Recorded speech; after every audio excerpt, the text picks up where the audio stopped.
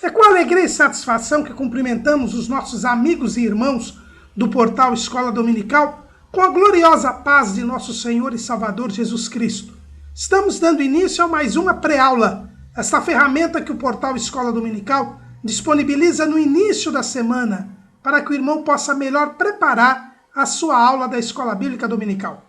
Leia a revista das lições bíblicas, assista a esta pré-aula, leia o texto base desta pré-aula, que não é a revista. Todos nós lemos a revista, a CPAD, inclusive, faz uma videoaula com o comentarista que nós disponibilizamos em link nas nossas redes sociais, no Facebook, no Twitter e no LinkedIn. E por isso nós não estaremos aqui chovendo no molhado. Nós preparamos um texto que serve de subsídio complementar à lição. E é este texto que nós estamos expondo aqui nesta videoaula. Se durante a semana a irmã ou a irmã tiver alguma dúvida, poste a sua pergunta na sala dos professores do portal Escola Dominical. Além do texto base desta videoaula, nós disponibilizamos outros 4 ou 5 textos a respeito da lição dos adultos. O portal Escola Dominical disponibiliza videoaulas, textos de apoio, slides de todas as faixas etárias do currículo da Casa Publicadora das Assembleias de Deus e de outros currículos também da Escola Bíblica Dominical. Nas nossas redes sociais, nós postamos centenas de links de textos de apoio, slides e videoaulas. Também disponibilizamos as leituras diárias, breves comentários em áudio dos textos sugeridos na revista das lições bíblicas. O irmão tem um momento devocional e ainda novas informações para a sua aula da Escola Bíblica Dominical. E no sábado, às 19 horas, horário de Brasília, o irmão é convidado a participar da transmissão ao vivo da lição no estudo preparatório dos amigos e professores da Escola Bíblica Dominical da Igreja Evangélica Assembleia de Deus, Ministério do Belém, na sede aqui em São Paulo. A reunião é aberta a todos quantos amam o estudo da Palavra de Deus. Mas tudo isso é apenas a preparação da Escola Bíblica Dominical. Ela só se realiza quando a igreja local se reúne. Como dizia o saudoso pastor Antônio Gilberto, que a Escola Dominical é o povo do Senhor, na casa do Senhor, no dia do Senhor, para estudar a Palavra do Senhor. Hoje nós estamos dando início ao último trimestre do ano de 2019, o 4º trimestre de 2019. Nós agradecemos a Deus por mais um ano que Ele nos proporciona de, em liberdade, de culto e de crença, podermos estudar a Palavra de Deus e até divulgá-la pela internet. É um motivo de satisfação, porque 1/3 dos cristãos no mundo não tem esta liberdade que nós temos. Sejamos gratos a Deus pela oportunidade que temos de podermos estudar publicamente a sua palavra.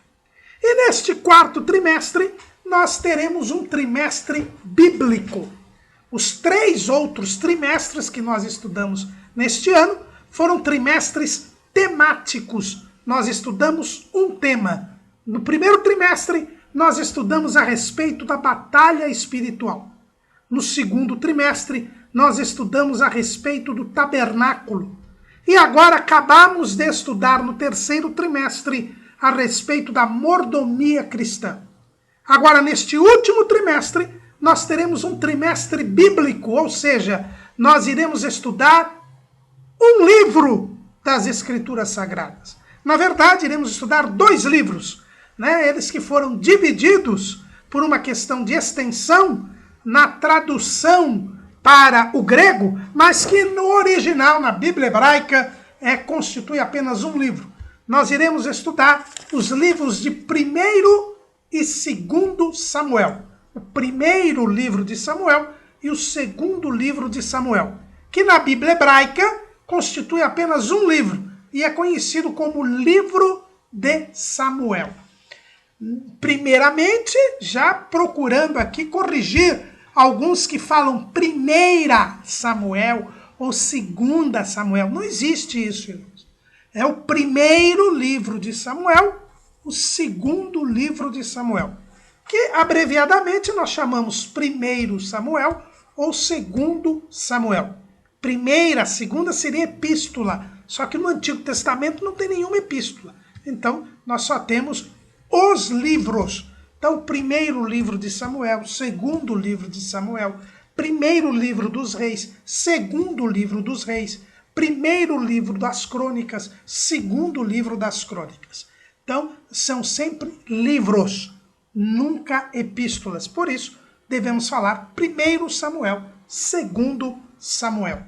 E nós estaremos estudando neste trimestre estes dois livros, que, como eu já disse, para a Bíblia hebraica constitui apenas um livro, o chamado livro de Samuel.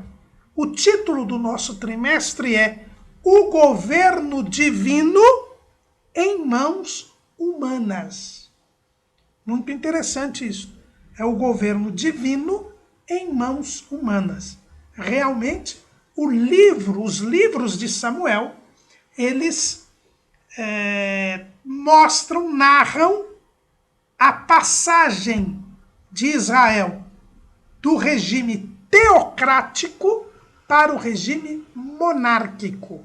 Ou seja, os fatos narrados nos livros de Samuel nos mostram uma grande mudança, em que Deus reinava sobre o povo, mas Deus deixa de reinar, deixa de governar sobre o povo, porque o povo pede um rei. E aí então o governo que era de Deus, e é isso que significa teocracia, teo quer dizer Deus, cracia o governo. O governo de Deus passa para as mãos humanas. E aí nós vamos ter a monarquia, que é o governo, arquê-governo, o governo de um. Né? Então nós vamos ter o rei. O rei passa a ser o governante de Israel. E a mudança da teocracia para a monarquia, ela é retratada nos livros de Samuel, que nos fala do fim do período dos juízes, com o último juiz, que é Samuel, que é a personagem protagonista primeira desses livros de Samuel, e que dá nome ao livro. E depois nós vamos ter os reinados de Saul, de Isbosete, de Davi, né?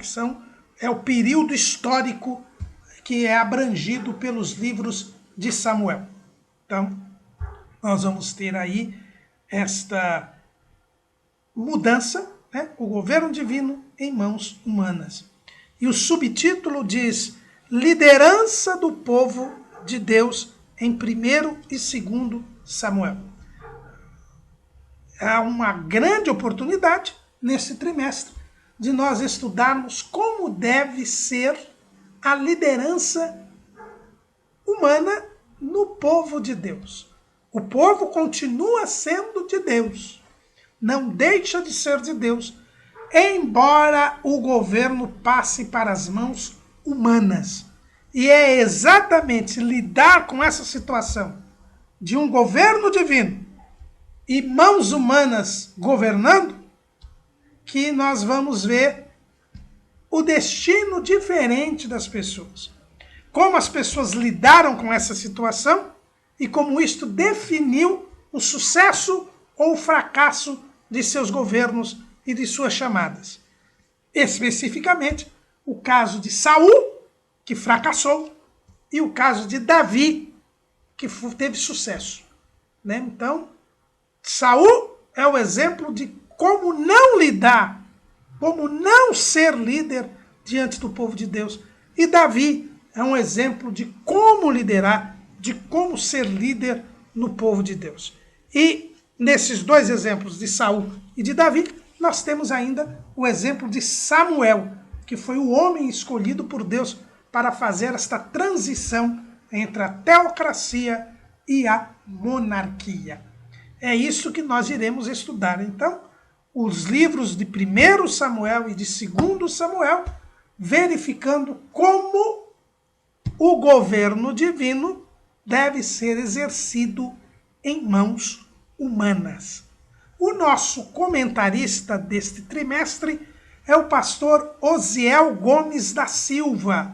O pastor Osiel Gomes da Silva está comentando sua segunda revista.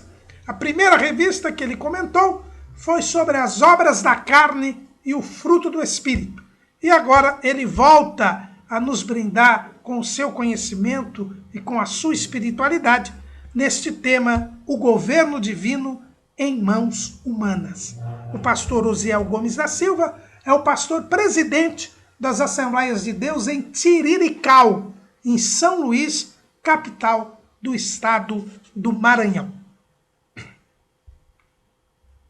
Neste estudo dos 2 livros de Samuel, nós teremos 4 blocos que nós podemos dividir em 4 blocos este trimestre. O primeiro bloco, que é a lição de hoje, a lição de número 1, que tem como título Conhecendo os 2 livros de Samuel, onde nós teremos uma introdução, teremos uma visão panorâmica destes 2 livros que nós estudaremos nestes 3 meses. O primeiro bloco é o primeiro bloco que nos fala sobre a história de Samuel. São as lições da parte do primeiro livro de Samuel, em que Samuel é a figura principal. Né? Samuel é a figura principal do primeiro livro de Samuel, e ele é a figura principal do capítulo 1 até o capítulo 8. Né? Do capítulo 1 ao capítulo 8, nós vamos ter a figura de Samuel, no primeiro livro de Samuel, como a personagem principal, o protagonista. Então, esse segundo bloco do trimestre enfoca Samuel, a figura de Samuel. E nós vamos ter das lições 2 até a lição 5. A lição 2, nós vamos estudar sobre o nascimento de um líder profético em Israel. Esse líder profético é Samuel. Vamos ver as circunstâncias do nascimento de Samuel. Na lição de número 3, nós vamos falar sobre a chamada profética de Samuel. Como Deus chamou Samuel para ser o profeta que faria a transição, não só da teocracia para a monarquia, mas também a transição da liderança protagonista sacerdotal para a liderança protagonista profética. Lembrem os irmãos que o Antigo Testamento, ele é sempre mencionado como a lei e os profetas pelos judeus, pelos israelitas. O próprio Jesus fala da lei e os profetas. Então, nós temos um momento que é a da lei, é o momento que Moisés entrega a lei, e onde os sacerdotes têm um protagonismo, têm um papel mais importante, mais relevante. Mas com Samuel, isto se altera. Samuel, que é introduzido na linhagem sacerdotal por uma forma heterodoxa, como nós vamos ver no momento apropriado, Samuel é escolhido por Deus para fazer esta mudança. E nesta mudança, o protagonismo sai do sacerdote e vai para o profeta. A partir de Samuel, nós vamos ter uma linhagem de profetas. Nós já tínhamos profetas antes em Israel, mas a partir de Samuel, Deus nunca deixa o povo sem profeta até Malaquias. E depois há um silêncio profético de 400 anos, e aí Deus levanta o último dos profetas, que é João Batista, para preparar o caminho de Jesus. Então, através dos profetas, nós vamos ver Deus falando.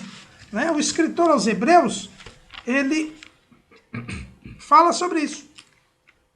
Lá em Hebreus, capítulo 1, versículo 1, ele diz assim: havendo Deus antigamente falado muitas vezes e de muitas maneiras aos pais pelos profetas, a nós falou-nos nestes últimos dias pelo Filho. Então, esta mudança do sacerdote para o profeta, da lei que instituía o sacerdócio e dos profetas, que não era propriamente instituído pela lei, essa mudança quem vai fazer é Samuel. E é isso que nós vamos estudar na lição 3. A lição 4 nos fala sobre a degeneração da liderança sacerdotal. É isso que nós estamos falando agora.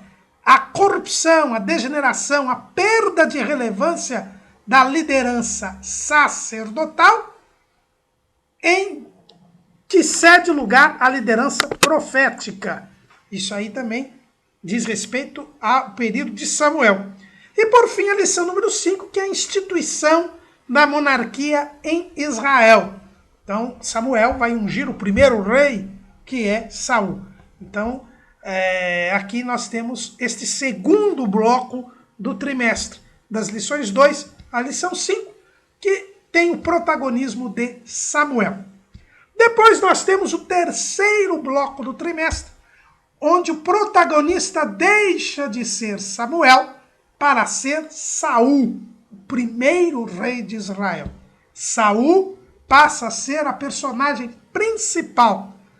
Ainda no livro de 1 Samuel, Saul é a principal personagem e depois inicia um antagonismo com Davi, e a partir do capítulo 9, quando ele surge nas Escrituras, até o último capítulo do primeiro livro de Samuel, que é o capítulo número 31. Nestes capítulos, do capítulo 9 ao capítulo 31, nós vamos ter Saul como a personagem principal. Se bem que a partir do capítulo 16, nós vamos ver um antagonismo entre Saul e Davi. Davi surge nas Escrituras no capítulo 16 do primeiro livro de Samuel, e logo se estabelece um antagonismo entre Saul e Davi. Então, o primeiro livro de Samuel, do capítulo 9 ao capítulo 31, tem como personagem principal a Saul, e depois do antagonismo entre Saul e Davi. E é isso que nós vamos estudar no terceiro bloco. Esse final aí do primeiro livro de Samuel, está aí do capítulo 9 até o capítulo 31, abarcando as lições 6, a rebeldia de Saul e a rejeição de Deus, a lição 7, Davi é ungido rei, a lição 8, o exílio de Davi. Então aqui nós temos estas 3 lições abarcando este final do primeiro livro de Samuel, o terceiro bloco do trimestre. E por fim, nós temos o quarto e último bloco do trimestre, que é o segundo livro de Samuel. O segundo livro de Samuel trata do reinado de Davi, o longo reinado de Davi, e nós vamos ter desde a morte de Saul, que é narrada no final do primeiro livro de Samuel, e aí no segundo livro de Samuel nós vamos ter das lições 9 até a lição 13. Nós vamos estudar sobre o reinado de Davi, o pecado do homem segundo o coração de Deus, as consequências do pecado de Davi, a rebelião de Absalão e a velhice de Davi. Então, nós vamos ver o reinado de Davi, que é registrado no segundo livro de Samuel. Então, esses são os blocos do nosso trimestre. A capa do nosso trimestre, ela possui uma coroa real, e por trás da coroa real nós podemos ver uma Bíblia Sagrada, as Escrituras. E o título do nosso trimestre é O Governo Divino em Mãos Humanas. Esta ilustração do livro, da nossa capa, da capa da nossa revista, nos faz lembrar o capítulo 17 do livro de Deuteronômio. Deuteronômio, capítulo 17. E em Deuteronômio, capítulo 17, no versículo 14, nós temos aqui uma das mais emblemáticas demonstrações explícitas da presciência divina. Moisés escrevia a lei. Moisés era o líder do povo, mas quem reinava sobre o povo era Deus. Moisés era o líder, era o libertador, mas nem o sumo sacerdócio ele exercia. Ele julgava o povo, ele era um profeta, mas não era rei. Não era o governante, era o legislador. Mas Deus, na sua presciência, quando o povo nem havia entrado ainda na terra de Canaã, Deus, ele já previa que o povo quereria um rei. E já estabelece de antemão, antecipadamente, ele já diz quais seriam as regras do reino. Olha o que está escrito em Deuteronômio capítulo 17, versículo 14. Quando entrares na terra que te dá o Senhor teu Deus, e a possuíres, e nela habitares, e disseres, porei sobre mim um rei, assim como tem todas as nações que estão em redor de mim, porá certamente sobre ti como rei, aquele que escolher o Senhor teu Deus. Dentre teus irmãos porás rei sobre ti. Não poderás pôr homem estranho sobre ti, que não seja de teus irmãos. Porém não multiplicará para si cavalos, nem fará voltar o povo ao Egito, para multiplicar cavalos. Pois o Senhor vos tem dito, nunca mais voltareis por este caminho. Tampouco para si multiplicará mulheres, para que o seu coração se não desvie. Nem prata nem ouro multiplicará muito para si. Será também que quando se assentar sobre o trono do seu reino, então escreverá para si um traslado desta lei num livro, do que está diante dos sacerdotes levitas, e o terá consigo, e nele lerá todos os dias da sua vida, para que aprenda a temer ao Senhor seu Deus, para guardar todas as palavras desta lei e estes estatutos para fazê-los, para que o seu coração não se levante sobre os seus irmãos e não se aparte do mandamento, nem para a direita nem para a esquerda, para que prolongue os dias do seu reino, ele e seus filhos, no meio de Israel. Deus tudo sabe, Deus tudo conhece. Para Deus não há passado, presente e futuro. Para Deus há um eterno presente. Então Deus sabia que o povo pediria um dia um rei para reinar sobre eles. E sabendo disso, Deus já manda Moisés estabelecer qual seria a lei do reino. E é aqui que nós vemos a capa da nossa revista. A coroa, mas por trás da coroa, as escrituras. E é isto que Deus diz.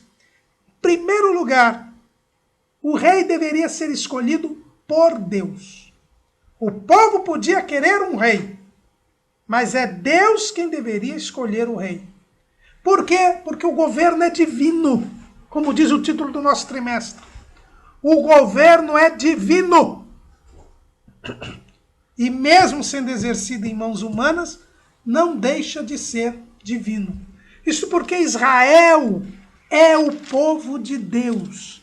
Eles aceitaram ser o povo de Deus. Olha o que está lá em Êxodo capítulo 19, versículo 5. Agora, se diligentemente ouvirdes a minha voz e guardardes o meu concerto, então sereis minha propriedade peculiar dentre todos os povos, porque toda a terra é minha, e vós me sereis reino sacerdotal e povo santo. Essa foi a proposta que Deus deu a Israel, e os israelitas aceitaram a proposta. Olha o versículo 8 deste mesmo capítulo 19 de Êxodo.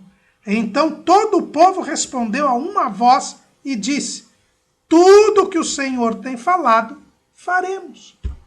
Então Israel era o povo santo, era o reino sacerdotal de Deus. Era a propriedade peculiar de Deus. E se eles quisessem um rei, continuariam sendo a propriedade peculiar de Deus, continuariam sendo o reino sacerdotal de Deus. Então, Deus é quem tinha que escolher o rei.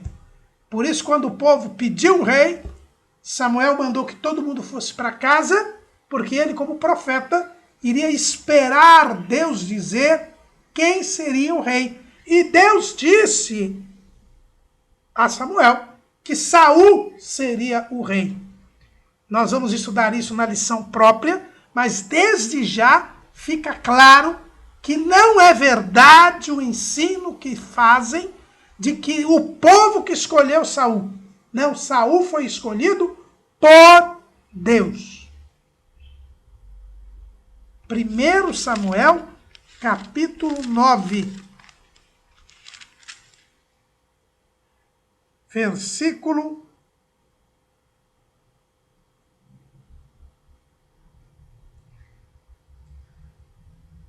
15. Porque o Senhor o revelara aos ouvidos de Samuel um dia antes que Saul viesse, dizendo: amanhã a estas horas te enviarei um homem da terra de Benjamim, o qual ungirás por capitão sobre o meu povo de Israel, e ele livrará o meu povo da mão dos filisteus, porque tenho olhado para o meu povo, porque o clamor chegou a mim. Aqui, irmão, é claríssimo. Deus disse um dia antes de Samuel ir consultar, de Saul ir consultar Samuel a respeito das jumentas do seu pai, que ele, Saul, seria o rei de Israel. E olha o que diz o versículo 17. E quando Samuel viu a Saul, o Senhor lhe disse: eis aqui o homem de quem já te tenho dito. Este dominará sobre o meu povo. Então foi Deus que escolheu Saul, porque estava na lei. O rei deveria ser, primeiro, escolhido por Deus. Segundo, ele deveria ser israelita. Nenhum estrangeiro poderia reinar sobre Israel. Ele tinha que ser israelita. Terceira regra que Deus estipula aqui sobre o reinado: o rei jamais poderia fazer o povo voltar ao Egito, mesmo que fosse por questões econômicas, né? Como ele fala aqui da multiplicação de cavalos, né? Era vedado ao rei abrir mão da independência de Israel. Ele não poderia fazer o povo voltar a servir o Egito. Quarto ponto: ele não poderia multiplicar para si mulheres, para que não corrompesse seu coração. Foi o erro de Salomão, e por isso o reino se desfez, o Reino Unido se desfez depois de Salomão, porque ele não cumpriu esse dispositivo aqui. Por isso Deus arrancou dele 10 tribos da família dele. Quinto ponto: não poderia multiplicar muita prata nem muito ouro para si.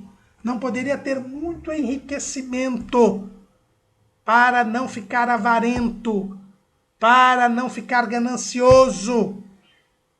O sexto ponto: ele deveria ter uma cópia da lei e observar a lei. Ele estava debaixo da lei. Ele era rei, mas ele estava debaixo da lei do Senhor. Não podia se desviar nem para a direita, nem para a esquerda. Ele deveria guardar a lei se quisesse que seu reino se prolongasse e que sua família reinasse sobre Israel. Então, eram essas as 6 disposições a respeito da lei. E aqui é interessante, irmãos. O rei em Israel era diferente do rei dos outros países. Nas outras nações, o rei ele era considerado um deus ou um semideus, filho dos deuses. Ele tinha poder de vida ou de morte sobre os seus súditos. Ele estava acima de qualquer orientação, de qualquer disposição. Ele desempenhava o poder de modo absoluto. Em Israel, não. Em Israel, nós temos milênios antes das chamadas revoluções liberais, que limitaram o poder dos monarcas na Europa no século XVIII e XIX, né? A Revolução Francesa, a Revolução Inglesa, que limitaram o poder dos monarcas, estabeleceram aí as monarquias constitucionais. Milênios antes disto, já lá no deserto, Deus mandava Moisés escrever que quando Israel tivesse um rei, este rei teria um limite. E o limite é a lei de Deus. Porque Deus está acima do rei. Porque toda a terra é de Deus. E o povo de Israel era de Deus. Deus estava no controle de todas as coisas. Deus reinava. Embora, depois que os reis foram estabelecidos, não mais governasse. É nesse sentido. Como a gente fala hoje da rainha da Inglaterra, que ela reina, mas não governa, porque ela foi limitada os seus poderes. Hoje quem governa é o primeiro-ministro. Assim era em Israel. Deus reinava.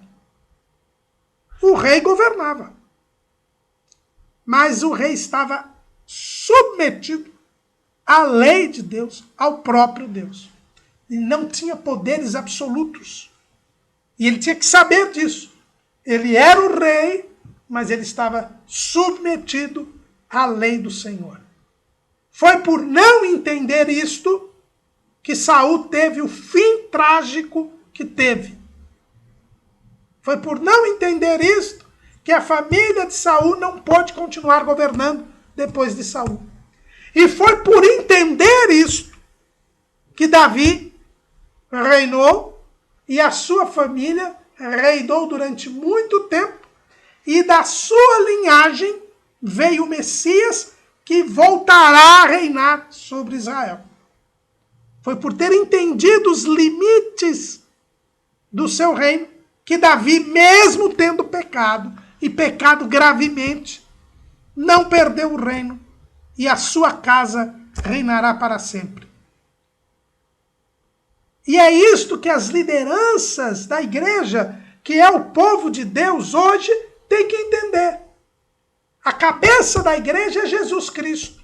Está lá em Efésios, capítulo 1, versículo 22. Efésios 1 e 22. E sujeitou todas as coisas a seus pés, e sobre todas as coisas o constituiu como cabeça da igreja, que é o seu corpo, a plenitude daquele que cumpre tudo em todos. Jesus é a cabeça da igreja. E as lideranças da igreja, os pastores, eles são ministros de Cristo. E são líderes que devem ser obedecidos. A Bíblia fala, obedecei a vossos pastores, mas que devem entender que estão limitados pela lei de Deus. Que não é a lei de Moisés, mas é a palavra de Deus. Eles estão limitados. O rebanho é do Senhor. E eles não podem querer ser donos do povo. Pedro, que os católicos romanos dizem ter sido o primeiro papa, mas ele mesmo mostra aqui que a ideia do papado não está prevista. Porque ele mesmo diz, em 1 de Pedro 5 e 2, aliás, eu leio o primeiro versículo, aos presbíteros que estão entre vós, admoesto eu, que sou também presbítero com eles, e testemunha das aflições de Cristo, e participante da glória que se há de revelar, apacentai o rebanho de Deus que está entre vós, tendo cuidado dele, não por força, mas voluntariamente, nem por torpe ganância, mas de ânimo pronto, nem como tendo domínio sobre a herança de Deus, mas servindo de exemplo ao rebanho. E quando aparecer um sumo pastor, alcançareis a incorruptível coroa de glória. Os pastores têm que lembrar que existe um sumo pastor, que é a cabeça da igreja, e que eles também têm que ter características que são muito similares ao do rei de Israel. O rei de Israel não podia multiplicar para si muito prata nem muito ouro. O pastor não pode ter torpe ganância. O rei de Israel, ele tinha de... não podia, como nós vimos aqui, levar o povo de volta ao Egito. Não podia fazer o povo perder a independência. E aqui diz que o pastor tem que ter cuidado do rebanho de Deus. Aqui é dito que o rei, ele não deveria multiplicar as mulheres, não podia ser lascivo. E aqui diz assim, não por força, mas voluntariamente. Ele tem que ter um ânimo pronto, ele tem que servir de exemplo ao rebanho, assim como o rei, que não poderia se desviar nem para a direita, nem para a esquerda. Assim deve ser a liderança no meio do povo de Deus. E é isso que a capa do nosso trimestre, a capa da revista, nos mostra. Por detrás da coroa real, por detrás do poder político, estava a lei de Moisés, a lei de Deus. O rei tinha que se submeter a Deus. Ele reinava, ele governava, mas o reino era de Deus. O governo é divino. Eles apenas eram depositários de um poder que vem de Deus. E Davi, ele tinha esta consciência, pois ele fala lá no Salmo 62, que é de sua autoria, versículo 11. Uma coisa disse Deus, 2 vezes a ouvi, que o poder pertence a Deus. Era isso que o rei de Israel tinha que ter em mente. É assim que funciona a monarquia, e é esta a lição que Deus nos dá no primeiro livro de Samuel e no segundo livro de Samuel, para a nossa dispensação. Como deve ser a liderança no meio do povo de Deus.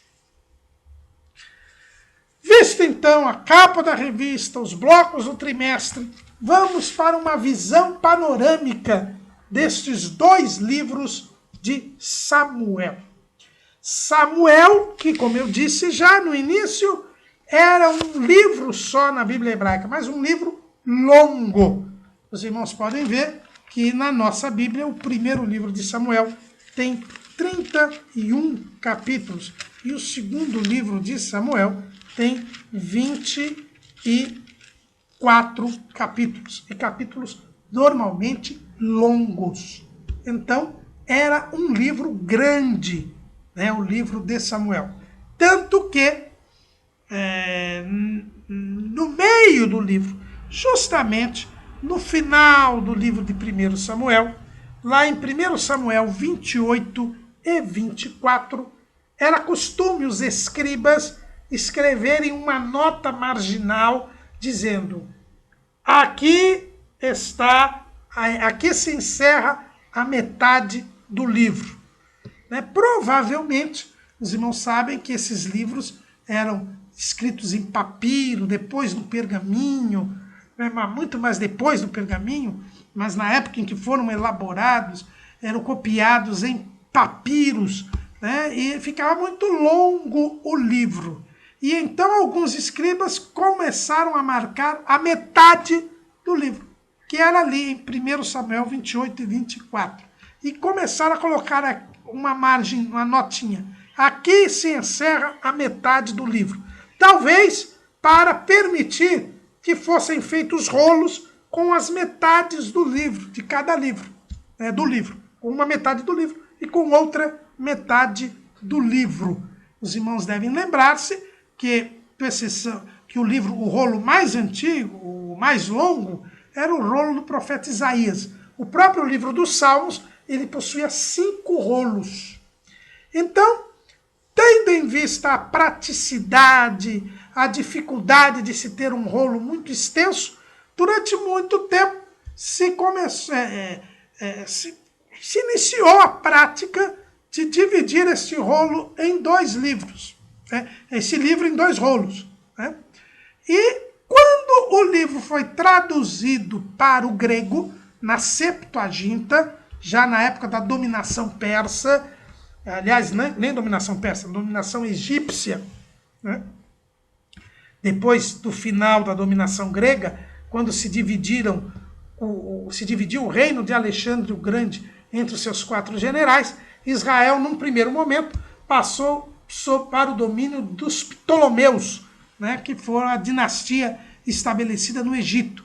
E foi o rei Ptolomeu II, o filho do general Ptolomeu de Alexandre, quem mandou fazer a tradução das escrituras hebraicas para o grego. Aí nós tivemos a chamada Septuaginta, a versão dos 70, porque a tradição diz que foram 70 os tradutores, os doutores da lei, que traduziram do hebraico para o grego. E já na Septuaginta, o livro de Samuel aparece em 2 livros. O primeiro livro de Samuel e o segundo livro de Samuel. Na verdade, esses livros, o primeiro livro de Samuel e o segundo livro de Samuel, receberam até um outro nome, passaram a ser chamados primeiro livro dos reinos e segundo livro dos reinos. Assim passaram a ser chamados. Os irmãos sabem que os gregos deram títulos aos livros da Bíblia hebraica, do Antigo Testamento. Eles não tinham títulos, e até hoje não tem. Na verdade, pelo menos o Pentateuco, ele é chamado pelos judeus pelas primeiras palavras do texto. E o livro de Samuel, ele era chamado pelos judeus de Samuel, justamente porque a primeira personagem que surge no livro é Samuel. O primeiro livro de Samuel começa contando o nascimento de Samuel. Este que é considerado o primeiro da linhagem regular dos profetas. Um dos grandes nomes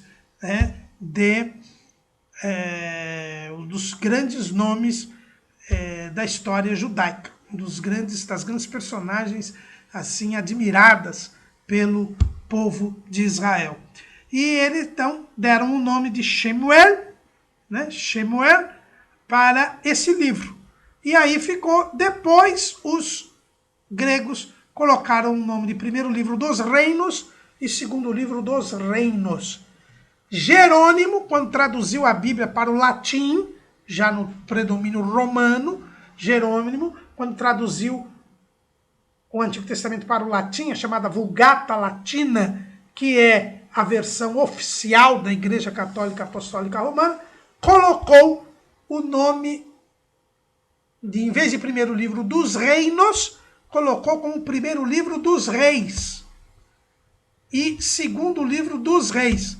E é por isso que na Vulgata Latina e na Bíblia Católica nós tivemos, durante muito tempo, 4 livros dos reis.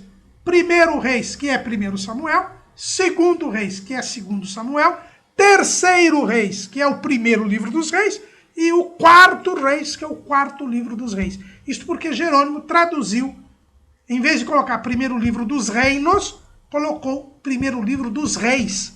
Então ficou. Então, quais são os títulos desses livros? Livro de Samuel, que é o título hebraico. Livro dos reinos, que foi o título original da Septuaginta.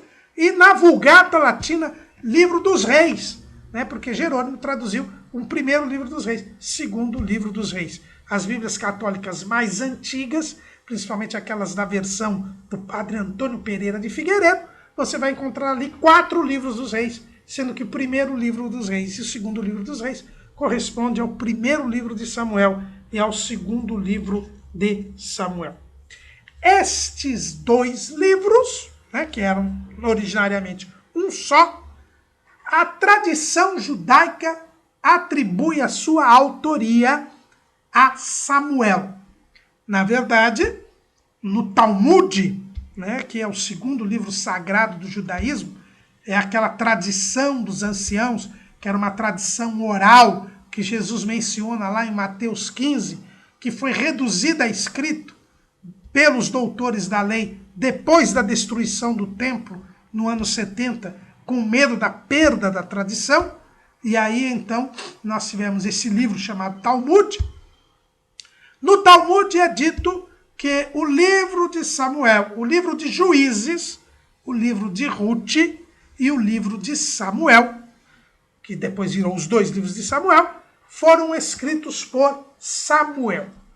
Na verdade, Samuel deve ter escrito mesmo esse livro de Juízes, o livro de Ruth, e uma parte do livro de 1 Samuel.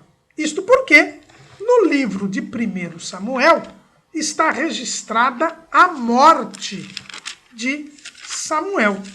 Lá, se você abrir a sua Bíblia no primeiro livro de Samuel, no capítulo 25, é registrada a morte de Samuel.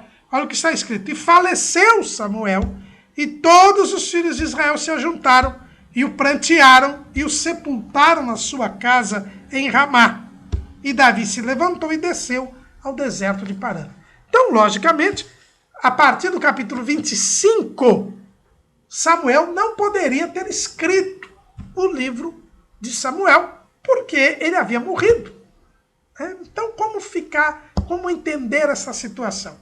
Essa situação é facilmente entendida quando nós vamos lá no primeiro livro das Crônicas, no capítulo 29, no versículo 29. Em 1 Crônicas 29, 29, está escrito o seguinte: os atos, pois, do rei Davi, assim os primeiros como os últimos, eis que estão escritos nas crônicas de Samuel, o vidente, e nas crônicas do profeta Natã, e nas crônicas de Gade, o vidente, juntamente com todo o seu reino e o seu poder, e os tempos que passaram sobre ele e sobre Israel, e sobre todos os reinos daquelas terras. Então, lá no livro das Crônicas, que foi escrito depois do exílio, depois do cativeiro da Babilônia, está registrado que Samuel havia escrito crônicas, ou seja, escritos históricos. Crônicas aqui eram escritos históricos. O cronista era o funcionário do reino que registrava os fatos, os acontecimentos. O historiador da época.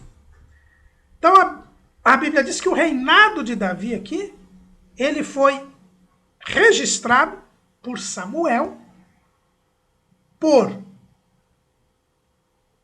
Natã e por Gade. Natã e Gade, 2 profetas do tempo de Davi. Natã ficou célebre porque foi quem revelou o pecado de Davi com Batseba.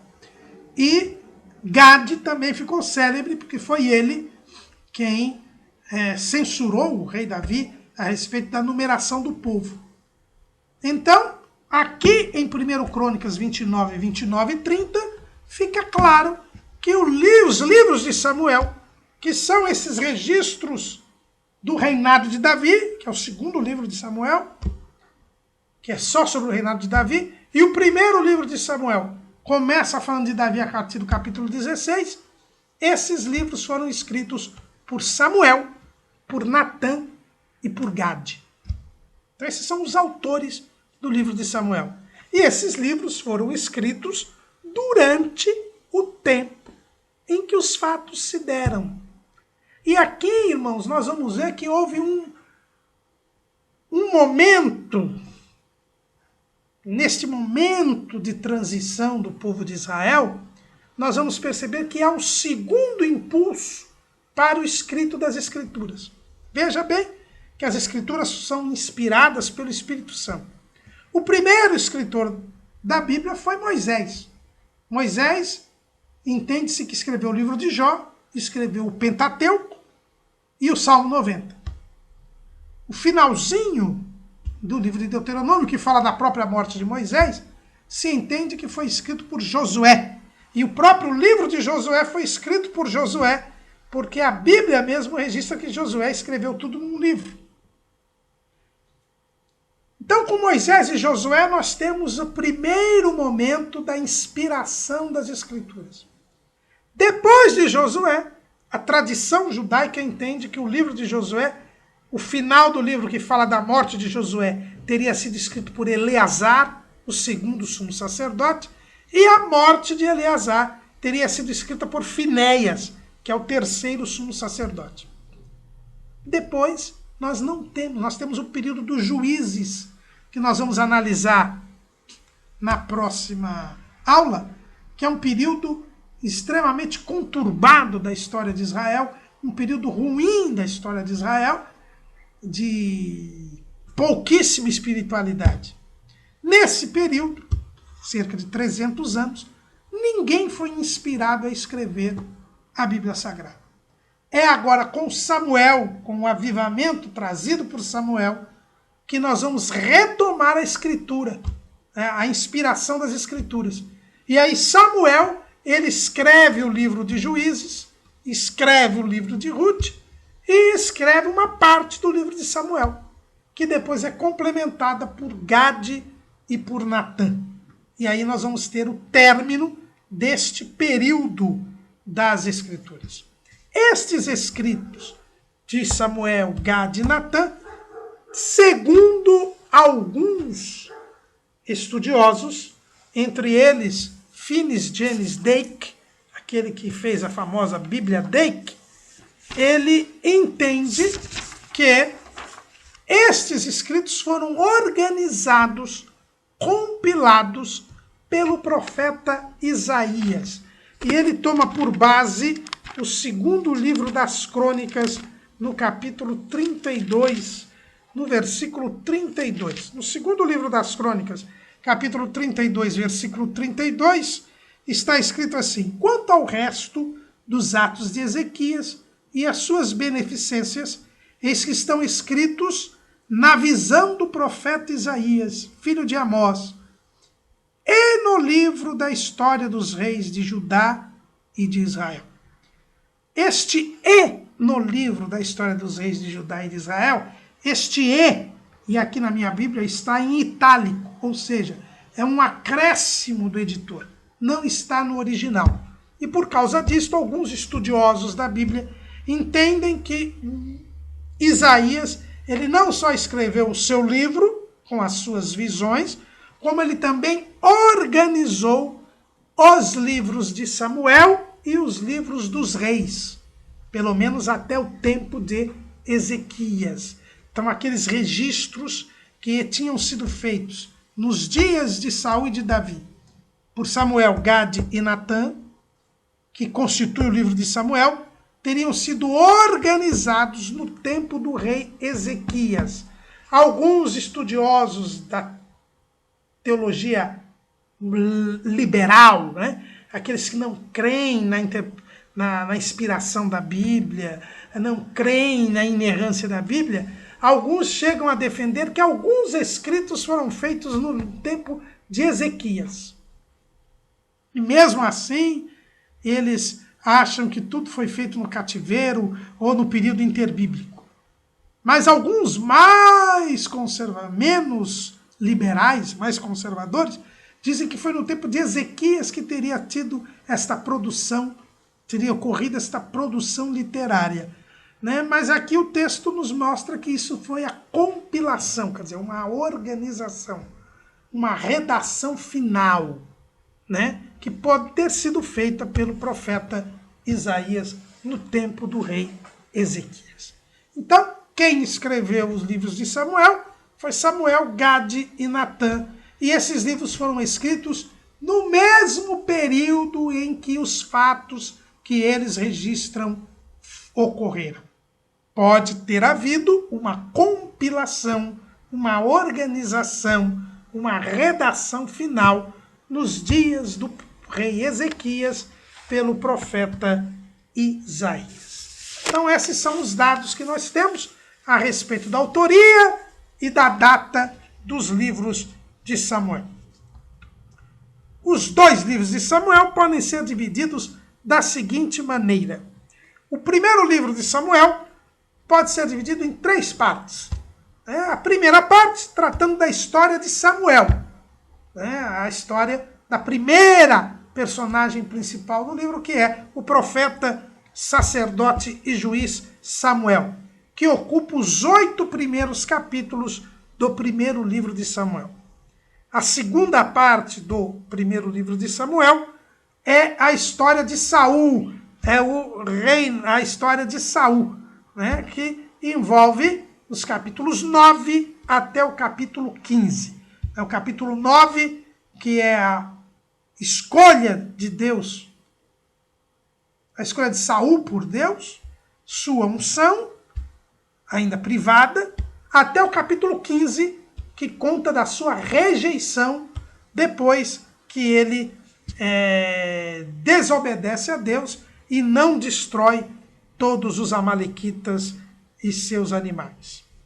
E eu tenho a terceira parte, que é aquele período em que há um antagonismo. Então, do capítulo 9 ao capítulo 15, o protagonismo é de Saul. Do capítulo 16 ao capítulo 31, nós temos aí o antagonismo entre Saul e Davi. É a história de Davi, ou o começo da história de Davi. Então, o primeiro livro de Samuel, ele pode ser dividido em 3 partes, segundo as 3 personagens protagonistas. A história de Samuel, os 8 primeiros capítulos, do capítulo 9 ao capítulo 15, Saul, e do capítulo 16 ao capítulo 31, Davi. Na verdade, um antagonismo entre Saul e Davi. Essa é a divisão do primeiro livro de Samuel. No primeiro livro de Samuel, nós temos aqui, e sempre observando que a Bíblia é cristocêntrica, né?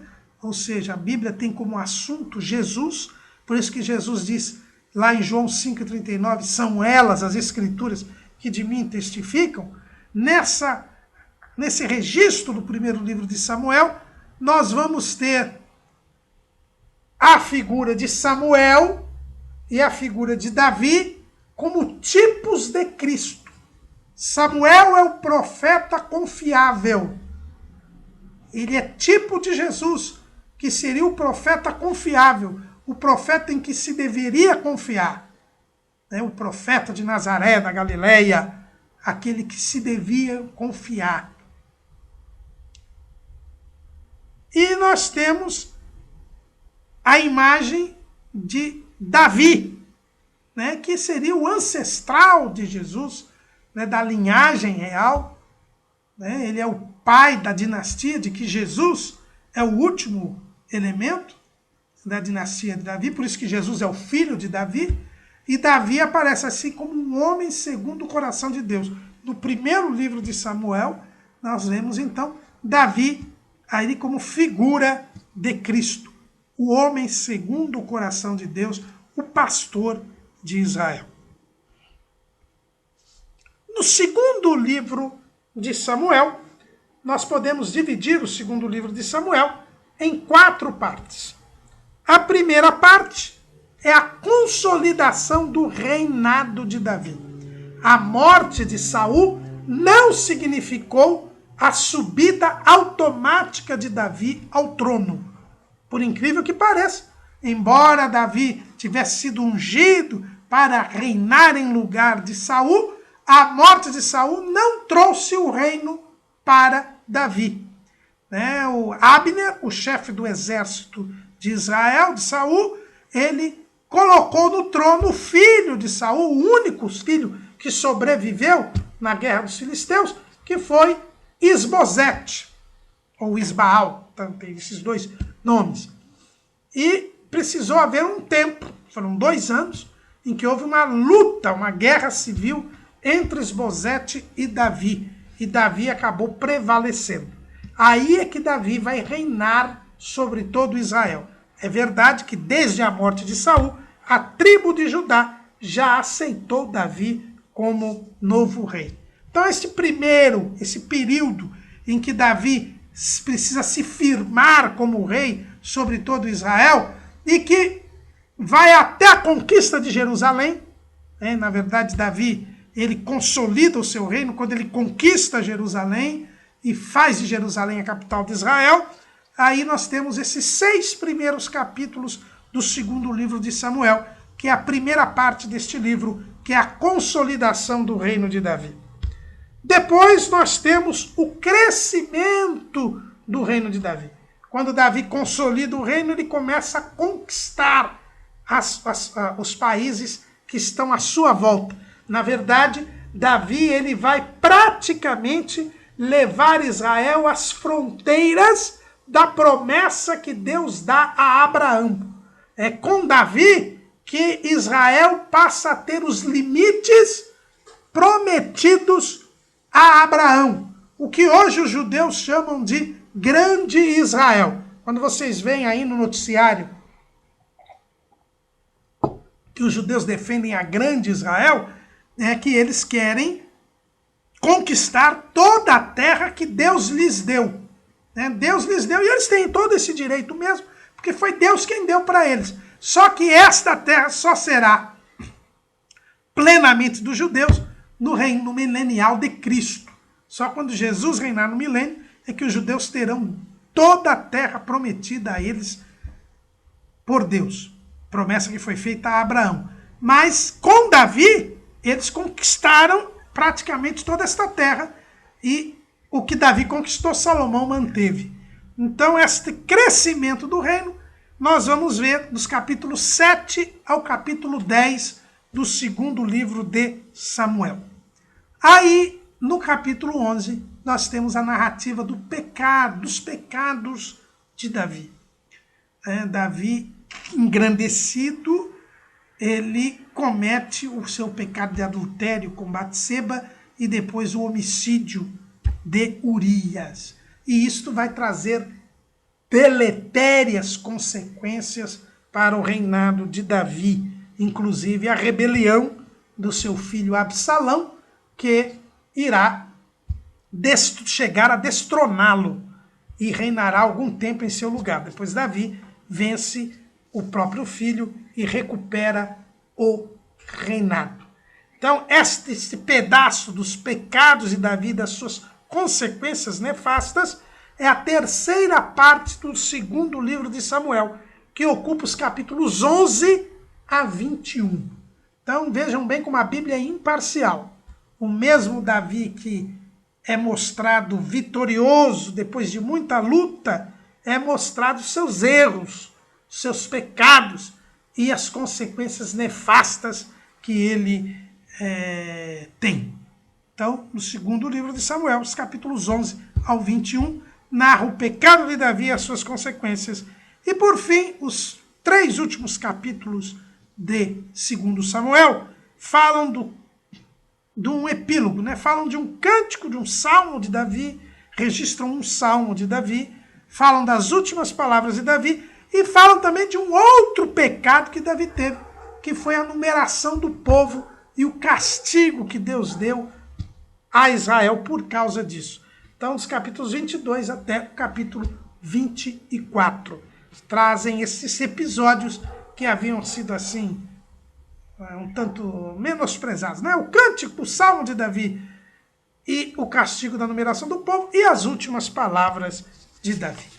Então, são estas as partes dos 2 livros de Samuel.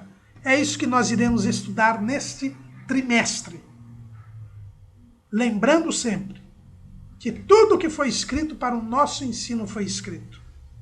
Vendo como se portaram estes homens de Deus na liderança do povo, Eli, Samuel, Saul, Davi, nós aprendemos como nós devemos nos portar. E vendo como o povo, os liderados, se portaram como o povo de Deus, também haveremos de aprender como viver como povo de Deus na terra enquanto Jesus não vem. Amém.